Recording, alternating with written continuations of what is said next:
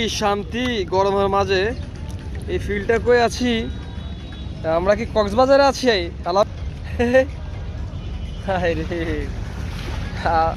ঘটনা হচ্ছে অত্যন্ত গরমে চলে আসলাম একদম বুড়িগঙ্গার কিনারা সোয়ারি ঘাটে। চিন্তা করলাম এই পাটা এখানে বিছাইয়া বসে থাকি, খুব শান্তি, কিন্তু ভালো লাগতেছে। যদিও বুড়িগঙ্গার পানি নোংরা, কিছু করার নাই। আর বাইরে এই যে আমার এখান থেকে দেখা যায় কিছুটা, ওই যে ওরা গোসল টোসল করে, খুব মনের শান্তি মিশিয়ে গোসল টোসল করে। আর এখন ঠিক মাগরিবের আগ মুহূর্তে তো ভালোই লাগতেছে আসলে। আলামিন, এ পানিতে ভিজে কিরকম লাগে? ভালো, অনেক ভালো লাগতেছে, পাটা পুরো ঠান্ডা হয়ে গেছে, শরীরটাও ঠান্ডা।